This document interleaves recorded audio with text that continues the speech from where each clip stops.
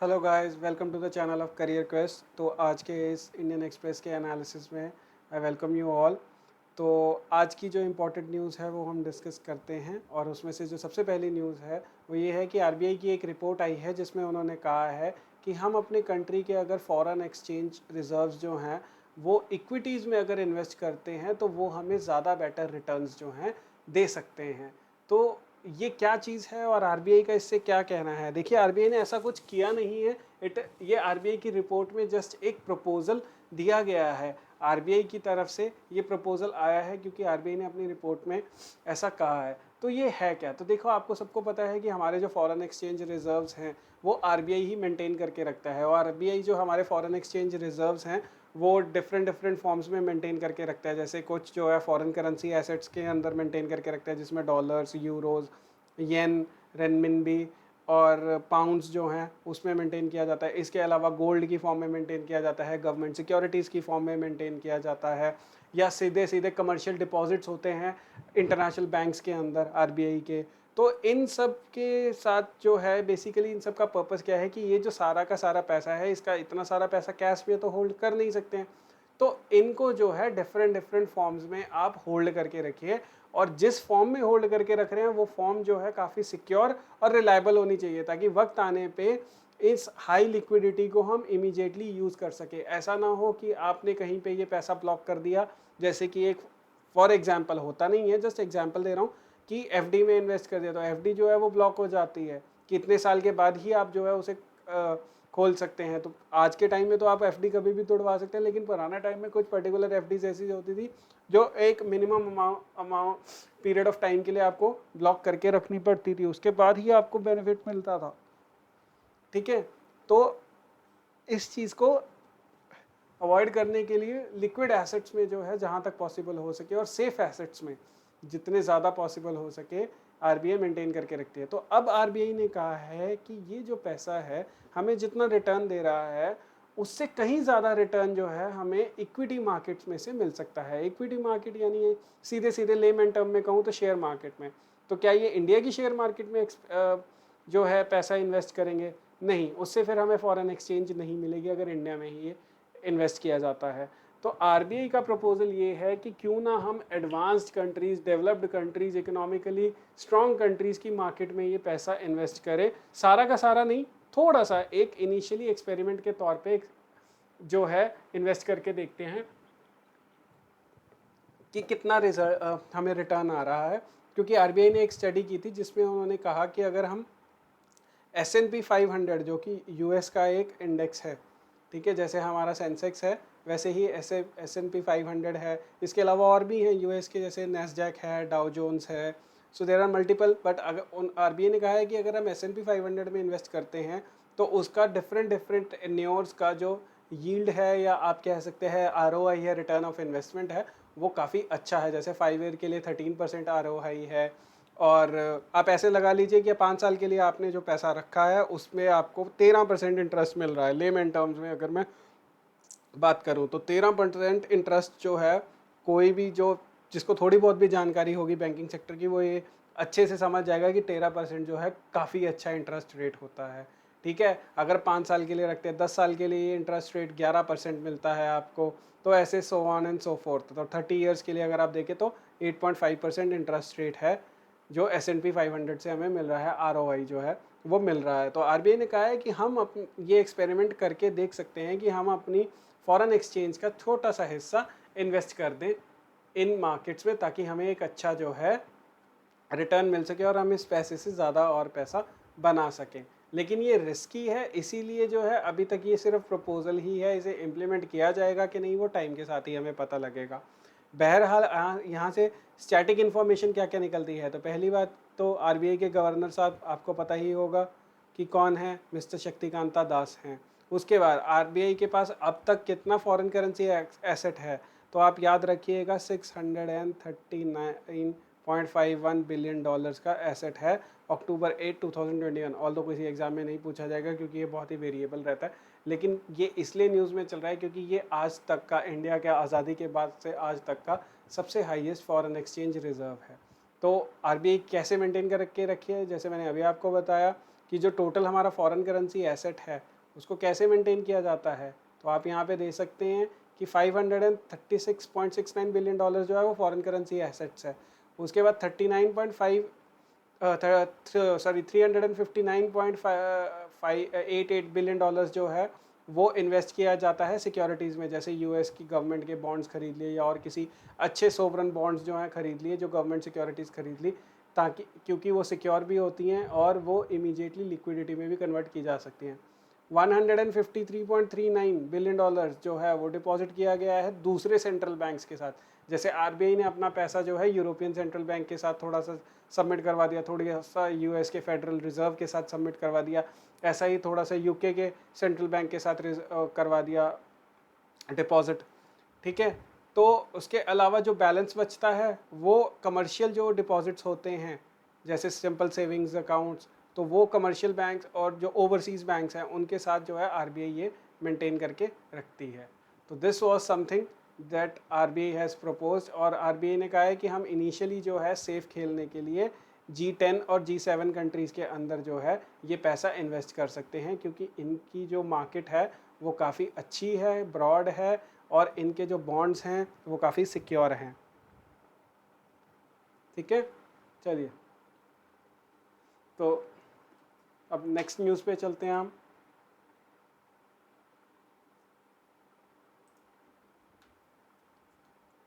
तो जो हमारी नेक्स्ट न्यूज़ है वो ये है कि एक्सटर्नल अफेयर्स मिनिस्टर जो हैं हमारे मिस्टर एस जयशंकर, वो यहाँ पे आप इनको देख सकते हैं, external affairs minister S Jaishankar, ये इज़राइल 5 डे की विज़िट पे गए हुए हैं, जैसे कि आप यहाँ पे देख ही सकते हैं।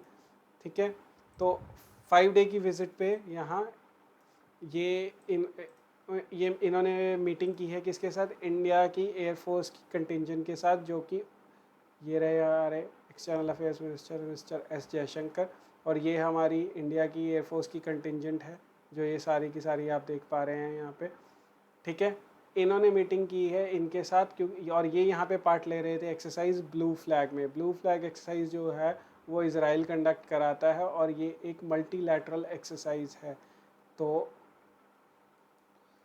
ठीक है, एयर एक्सरसाइज है, मल्टीलैटरल एयर एक्सरसाइज है। तो यहाँ पे इंडियन एयरफोर्स की कंटिंजेंट थी, इसे मीटिंग करने गए थे। तो इसके अलावा अगर आपको इंडिया की मिलिट्री एक्सरसाइजेस देखनी है तो आप हमारे यूट्यूब चैनल पे CDS की जो प्लेलिस्ट है उसे खोल के देख सकते हैं। वहाँ पे लेक्चर 1 में मैंने इंडिया की जितनी इंपॉर्टेंट मिलिट्री एक्सरसाइज हैं, चाहे वो मल्टीलैटरल है, बायलैटरल है, ट्राईलैटरल है, वो सब की सब उस पर्टिकुलर वीडियो में डिस्कस कर रखी हैं और बहुत अच्छे से बहुत डिटेल में डिस्कस की हैं।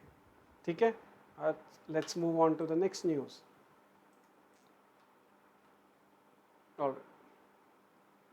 सो अब इज़राइल के उसी जो है, आप देख लीजिए कि इज़राइल के उसी विज़िट में एस जयशंकर साहब ने एक नया जो है फ्रंट खोल दिया है। कौन सा फ्रंट खोला है, तो यहाँ पे एक 4 कंट्री फोरम बनेगा। ठीक है, जिसका इंडिया जो है पार्ट बनेगा, और ये 4 कंट्री फोरम किस चीज़ के लिए बनाएंगे, इकोनॉमिक कोऑपरेशन के लिए।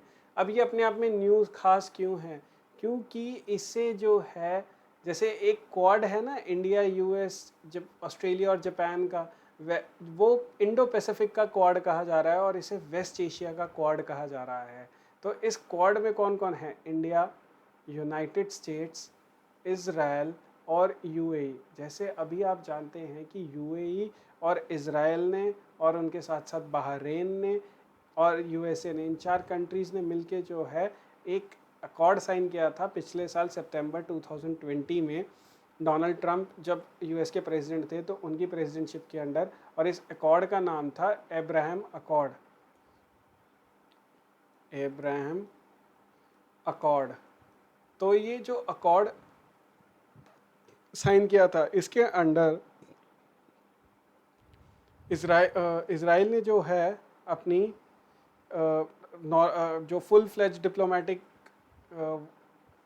रिलेशंस जो हैं वो डेवलप किए हैं यूएई के साथ, और यूएई ने अपने टाइज जो हैं वो नॉर्मलाइज कर दिए हैं किसके साथ, इज़राइल के साथ। अभी तक मैं आपको बता दूं कि बहुत सारे जो गल्फ़ कंट्रीज़ हैं वो इज़राइल को as a separate country recognise नहीं करते हैं, but after Abraham Accords UAE has recognised Israel as a separate country, और यूएई और इन दोनों के बीच में जो डिप्लोमेटिक टाइज़ हैं वो बहुत ज़्यादा नॉर्मल हो गए हैं, डायरेक्ट फ़्लाइट्स आ गई हैं। अब भी ऐसा होता है कि बहुत सारे गल्फ़ कंट्रीज़ हैं, जैसे कि सऊदी अरेबिया है, उसने इज़राइल को रिकॉग्नाइज़ नहीं किया है। तो अगर किसी प्लेन ने इज़राइल में लैंड करना है तो सऊदी अपनी एयर स्पेस में से उसे अलाउ नहीं करते हैं। अगर उस प्लेन की डेस्टिनेशन इज़राइल है तो वो सऊदी एयर स्पेस से होके नहीं जा सकता। बहुत सारे मुस्लिम कंट्रीज़ का जो पासपोर्ट है वो इज़राइल में वैलिड नहीं है, ठीक है, क्योंकि वो इज़राइल को रिकॉग्नाइज़ ही नहीं करते हैं एज अ सेपरेट कंट्री। तो इसीलिए ये जो था अब्राहम अकॉर्ड्स, ये बहुत बड़ी एक जो है अचीवमेंट थी डोनाल्ड ट्रंप की फॉरेन पॉलिसी की। तो उसी चीज़ का बेनिफिट जो है सबसे ज़्यादा इंडिया को मिला, क्योंकि इंडिया के रिलेशंस जो हैं वो बहुत अच्छे हैं अरब कंट्रीज़ के साथ भी, इज़राइल के साथ भी। लेकिन अगर ये दोनों आपस में लड़ते रहते तो हमें प्रॉब्लम आती, क्योंकि हमारे स्ट्रेटेजिक पार्टनर दोनों ही हैं। बट सिंस दोनों ने टाइज जो हैं और या रिलेशन जो हैं नॉर्मलाइज कर लिए हैं, so it is a benefit for India, और इंडिया ने उसी चीज़ को कैपिटलाइज करते हुए यहाँ पे ये 4 कंट्री फोरम बना दी है। अब इसकी जो इनिशियल जो होगी, आप मैंडेट कह लीजिए या पर्पस कह लीजिए, वो यही होगा कि एक इकोनॉमिक कोऑपरेशन पे अभी ये लोग ध्यान देंगे, और इससे ज़्यादा कुछ खास होगा नहीं। और इसके अलावा पॉसिबिलिटी एक्सप्लोर करेंगे इंफ्रास्ट्रक्चर सेक्टर में, इंफ्रास्ट्रक्चर प्रोजेक्ट्स में।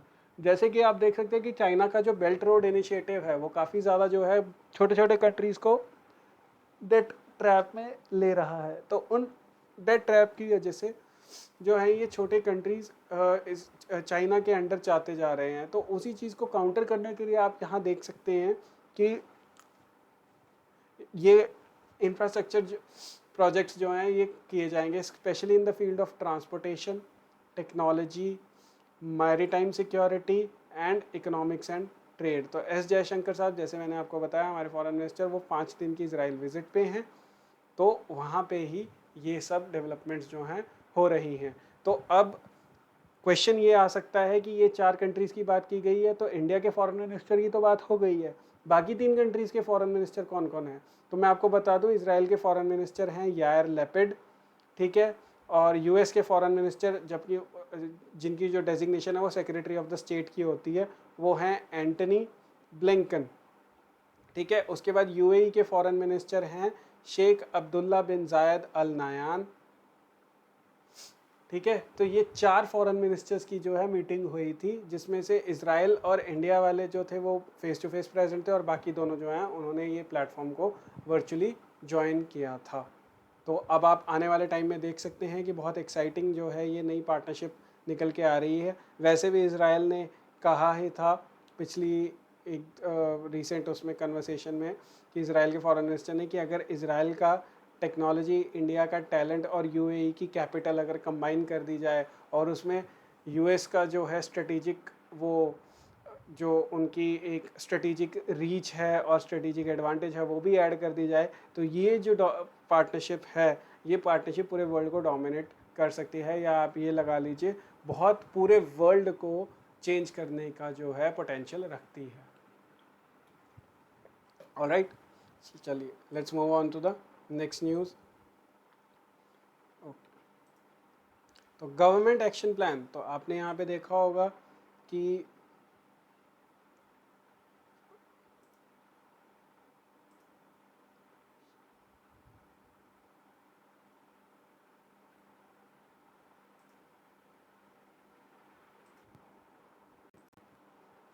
हाँ जी, सॉरी फॉर दैट। तो यहाँ पे जो है आप देख सकते हैं कि गवर्नमेंट ने, हमने कल के न्यूज़पेपर में डिस्कस किया था कि गवर्नमेंट ने, पीएमओ ने खासकर एक जो है ऑल सेक्रेटरीज मीटिंग की थी, जिसमें हर मिनिस्ट्री के जो सेक्रेटरी थे वो इंक्लूड हुए थे। तो उसमें उन्होंने जो है एक 60 पॉइंट एक्शन प्लान जो है डेवलप किया है। आज उसी से रिलेटेड एक फॉलोअप न्यूज़ आई है, जिसमें थोड़ी और इन्फॉर्मेशन निकल के आ रही है। तो इन्फॉर्मेशन क्या निकल के आ रही है कि इस को अप्रोच कैसे किया जाएगा। जैसे कि आज हमें पता लगा है कि गवर्नमेंट जो है वो प्लान कर रही है कि हम और भी ज़्यादा जो चीफ़ इंफॉर्मेशन ऑफिसर्स हैं और चीफ़ टेक्नोलॉजी ऑफिसर्स हैं, इनको अपॉइंट करेंगे, जो कि डाटा का यूज़ करेंगे फॉर डेवलपमेंट। जीआईएस सिस्टम का और ज़्यादा एक्सप्लोर किया जाएगा, और जीआईएस सिस्टम से जो है मैपिंग की जाएगी, और उसके बाद जो है एसेट क्रिएशन और जो है कैपिटल एक्सपेंडिचर को और ज़्यादा एक्सप्लोर किया जाएगा। उसके अलावा एक नेशनल मेंटरिंग प्लेटफॉर्म बनाया जाएगा फॉर स्टार्टअप्स, तो जितनी भी नई स्टार्टअप्स आ रही हैं उनके लिए एक नेशनल लेवल का मेंटरिंग प्रोग्राम प्लेटफॉर्म तैयार करेंगे, जो कि सिंगल पॉइंट कॉन्टैक्ट की तरह एक्ट करेगा बिटवीन स्टार्टअप्स एंड गवर्नमेंट। तो गवर्नमेंट के साथ जो स्टार्टअप्स हैं वो इस प्लेटफॉर्म के थ्रू कर सकती हैं कांटेक्ट डायरेक्टली। तो अगर उनके पास कोई प्रोडक्ट है जो गवर्नेंस में गवर्नमेंट की हेल्प कर सकता है, या उन्हें कोई हेल्प चाहिए गवर्नमेंट की तरफ से इन टर्म्स ऑफ पॉलिसी और लेट्स से क्रेडिट, तो गवर्नमेंट वहाँ पे जो है उनके साथ डायरेक्ट कांटेक्ट में आ सकती है। तो ये नेशनल मेंटरिंग प्लेटफॉर्म के थ्रू ये किया जाएगा। इसके अलावा जो है स्ट्रेस दिया जाएगा सिविल सर्विसेज के ऑफिसर्स पे, तो उनकी जो है ट्रेनिंग की जाएगी सो दैट वो टेक्नोलॉजी को है और ज़्यादा इंट्रोड्यूस करें अपनी गवर्नेंस में। ठीक है, तो ये जो सारा कुछ किया जाएगा ये किया जाएगा अंडर मिशन कर्मयोगी। तो आप यहाँ पे देख सकते हैं कि मिशन कर्मयोगी जो है वो काफ़ी न्यूज़ में था, क्योंकि उसमें सिविल सर्विसेज को जो है काइंड ऑफ एक ओवरहॉल दे रहे हैं, ताकि ये ज़्यादा से ज़्यादा जो है हमारी गवर्नमेंट सर्विसेज डिलीवरी और ज़्यादा एफिशिएंट हो सके, करप्शन फ्री हो सके और फास्ट हो सके। ठीक है, और इसके अलावा जो प्रोग्राम प्लान है वो ये है कि जितने भी लैंड रिकॉर्ड्स हैं उन सबको डिजिटाइज किया जाएगा बाय 2023, और ये जो सेंट्रल डाटाबेस है वो बनाया जाएगा जिसका नाम रखा जाएगा मातृभूमि। मातृभूमि नाम का जो है सेंट्रल डेटाबेस एक बनाया जाएगा, और हर लैंड पार्सल जो होगा, जैसे हर एक इंसान की इंडिया में हर एक रेजिडेंट की एक यूनिक आईडी है, आधार है, वैसे ही हर ज़मीन के टुकड़े का एक अपनी यूनिक आईडी बनाई जाएगी, और बाद में उनको जो है ई कोड्स के साथ क्या कर दिया जाएगा, इंटीग्रेट कर दिया जाएगा, जिससे जो है जितने भी ये फ्रॉड्स वगैरह हैं ये बंद होंगे, ट्रांसपेरेंसी आएगी, और जो भी पोजेशन में हैं उसके वो सारे इश्यूज जो हैं ऑटोमेटिकली सॉल्व हो जाएंगे। जैसे मैंने आपको कल की वीडियो में भी बताया था कि गवर्नमेंट एक स्टेप आगे जाके इसमें जो है ब्लॉकचेन टेक्नोलॉजी लाना चाहती है, और हो सकता है कि इस स्टेप के बाद आप वही देखेंगे इसमें ब्लॉकचेन टेक्नोलॉजी लेके आएंगे, और उसके बाद जो लैंड रिकॉर्ड वाला जो हमारा एरिया है उसमें एक बहुत ज़्यादा ड्रास्टिक चेंज आ जाएगा, और बहुत ज़्यादा एफिशिएंट, ट्रांसपेरेंट और करप्शन फ्री हो जाएंगे। ठीक है, तो ये सारा कुछ जो है 60 पॉइंट जो है प्लान के अंडर होगा, राइट। ओके, अच्छा एक चीज़ और मैं यहाँ पे आपको बता दूँ कि टूरिज़्म मिनिस्ट्री को भी कहा गया है कि आप भी कम से कम 100 या 200 आइकॉनिक साइट्स जो हैं वो डेवलप कीजिए, सो दैट हम उनको जो है एक्सप्लॉयट कर सकें in the field of tourism. ठीक है, और सेंटर ऑफ एक्सीलेंस बनाइए इन रूरल एरियाज़, ताकि वहाँ से जो उनका टैलेंट है उनको शोकेस किया जा सके, और पब्लिक प्राइवेट पार्टनरशिप में भी अगर ज़रूरत पड़ती है तो आप ये सेंटर ऑफ एक्सीलेंस जो है डेवलप कीजिए। और ये जो मॉडल है ये सिंगापुर में इम्प्लीमेंट हुआ है ऑलरेडी, तो इसीलिए टूरिज्म मिनिस्ट्री को जो है ये हिदायत या आप कह लीजिए ये एडवाइजरी दी गई है कि आप एक बार वो सिंगापुर वाला मॉडल स्टडी कर लीजिए, और उसके बाद जो है आप इस प्रोग्राम को जो है इम्प्लीमेंट कीजिए और हमें रिजल्ट्स दीजिए। ठीक है, चलिए अब चलते हैं अगली न्यूज़ की तरफ।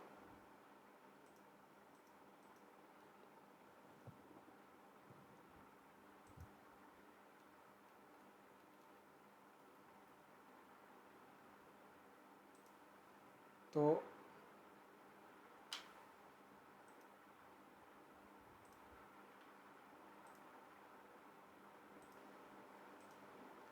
नेक्स्ट न्यूज़ जो है हमारी है वो है पीएम जो हैं, पीएम साहब वो इनाग्रेट करेंगे खुशीनगर का एयरपोर्ट। अब खुशीनगर का जो एयरपोर्ट है वो एक इंटरनेशनल एयरपोर्ट बनाया गया है। ये खुशीनगर कहाँ पे है और इसका क्या सिग्निफिकेंस है, तो पहले तो हम यही समझेंगे। तो ये खुशीनगर जो है ये यूपी में है, और इसका जो सिग्निफिकेंस है वो यही है कि जो हमारे महात्मा बुद्ध थे, लॉर्ड बुद्धा, गौतम बुद्ध जिन्हें हम जानते हैं, उनका जो महापरिनिर्वाण था, यानी वो जो यहाँ से स्वर्ग गए थे, तो उन्होंने अपना जो बॉडी थी वो यहीं पे जो है डिस्कार्ड करके महापरिनिर्वाण अटेन किया था एट द एज ऑफ 80। तो चार जो साइट्स हैं बुद्धिज़्म में, चार साइट्स का जो है बहुत ज़्यादा महत्व है, बोध गया का, लुम्बिनी का, खुशीनगर का और सारनाथ का। ठीक है, ये चारों की चार जो साइट्स हैं ये एसोसिएटेड है बुद्धिज़्म के साथ। तो खुशीनगर जो है आज वहाँ पे एक इंटरनेशनल एयरपोर्ट जो है वो डेवलप कर दिया गया है, और उसका इनाग्रेशन जो है खुद honourable prime minister of India mister Narendra Modi करेंगे। और पहली जो इनाग्रल फ्लाइट होगी उसमें अराउंड 100 बुद्धिस्ट मॉन्क्स जो हैं वो श्रीलंका से आएंगे यहाँ पे। इसके अलावा और भी बुद्धिस्ट मॉन्क्स जो हैं डिफरेंट कंट्रीज से आएंगे, और यहाँ पे एक बुद्धिस्ट कॉन्फ्रेंस जो है वो की जाएगी। ठीक है, तो ये जो कुशीनगर का एयरपोर्ट है ये 3600 स्क्वायर मीटर में जो है फैला हुआ है और ये 300 पैसेंजर्स तक जो है एक दिन में हैंडल कर सकता है। ओवर द टाइम फिर इसे आगे एक्सपैंड कर दिया जाएगा, क्योंकि कुशीनगर जो है ये ईस्टर्न यूपी में लोकेटेड है, तो ये ईस्टर्न यूपी को भी सर्व करेगा। इसके अलावा बिहार के कुछ पार्ट्स को भी ये सर्व करेगा। ऑल्दो बिहार में पटना में एक एयरपोर्ट है, बट बिहार के जो बाकी इनएक्सेसिबल पार्ट है जहाँ से कुशीनगर पास पड़ता है उसको भी जो है एक एक्सेस प्रोवाइड करवाएगा। ठीक है, तो और उत्तर प्रदेश के जो चीफ मिनिस्टर है योगी आदित्यनाथ, वो भी इस प्रोग्राम में जो है इंक्लूड रहेंगे। ठीक है, देन यहाँ पे एक चीज़ मैं और बता दूँ कि इन 100 बुद्धिस्ट मॉन्क्स के साथ साथ बुद्धा के जो रेलिक्स हैं, रेलिक्स यानी उनके जो अवशेष हैं, उनकी जब उन्होंने महापरिनिर्वाण अटेन किया था, उनके बाद उनकी बॉडी को जब क्रीमेट किया गया था तो उनकी जो अस्थियां बच गई थी, उन्हें जो उनके फॉलोअर्स थे वहाँ पे, बड़े बड़े मॉन्क्स थे उनके साथ, उनके डिसाइपल्स थे, वो थोड़ा थोड़ा अपने साथ ले गए और जहाँ जहाँ पे भी उन्होंने ये रखे उनके ऊपर जो है इन मॉन्क्स ने और उनके डिसाइपल्स ने क्या बना दिए, वहाँ पे उन्होंने बुद्धिस्ट स्तूपास बना दिए। तो अब ये जो मॉन्क्स हैं जो श्रीलंका में थे वो कुशीनगर लाए जा रहे हैं। और सबसे इम्पोर्टेंट बात जो ये है कि श्रीलंका में आपको बुद्धिज़्म के 4 ऑर्डर्स जो हैं या सेक्ट्स जो हैं आपको देखने को मिलते हैं और चारों के चार के जो डेप्यूटी हेड्स हैं वो आ रहे हैं। अब ये 4 सेक्ट्स कौन कौन से हैं, ये असीग्रिया है, अमरापुरा है, रामन्या है और मलवट्टा है। ये 4 सेक्ट जो हैं बुद्धिज़्म के आपको श्रीलंका में देखने को मिलते हैं। इसके अलावा श्रीलंकन गवर्नमेंट के मिनिस्टर्स भी आएंगे। ठीक है, और फिर इसके अलावा ये जो कुशीनगर एयरपोर्ट है ये डायरेक्ट सर्विस प्रोवाइड करेगा कौन कौन से कंट्रीज़ को। इंटरनेशनल एयरपोर्ट है तो ऑब्वियसली इंटरनेशनल कनेक्टिविटी तो यहाँ पे होगी ही। तो कौन कौन से कंट्रीज़ के लिए फ़्लाइट्स मिलेंगे आपको, श्रीलंका के लिए, जापान के लिए, ताइवान के लिए, साउथ कोरिया के लिए, China, Thailand, Vietnam and Singapore. So basically अगर आप यहाँ पे देख सकते हैं तो ये जो है साउथ ईस्ट एशियन कंट्रीज़ जो कि बुद्धिस्ट डोमिनेटेड हैं उन सब कंट्रीज़ के लिए यहाँ से आपको डायरेक्ट फ़्लाइट मिलेगी। तो आपने देखा होगा कि गवर्नमेंट ऑफ इंडिया जो है वो बुद्धिस्ट टूरिस्ट सर्किट डेवलप कर रही है, तो उस बुद्धिस्ट टूरिस्ट सर्किट में जो है कुशीनगर भी एक प्रोमिनेंट इंपॉर्टेंट जगह थी और वहाँ पे एयरपोर्ट सेटअप होने के साथ ही जो है गवर्नमेंट का वो जो टारगेट है वो काफ़ी हद तक और कंप्लीशन की तरफ पहुँचेगा। तो ये कुछ इम्पॉर्टेंट न्यूज़ थी आज की इंडियन एक्सप्रेस की। आई होप आपने कुछ ना कुछ यहाँ से सीखा होगा। सो बाकी आपका कोई भी डाउट है आप कमेंट सेक्शन में टाइप कर दीजिएगा। We will get back to you and see you tomorrow in the next video of 21st of October। ठीक है, थैंक यू।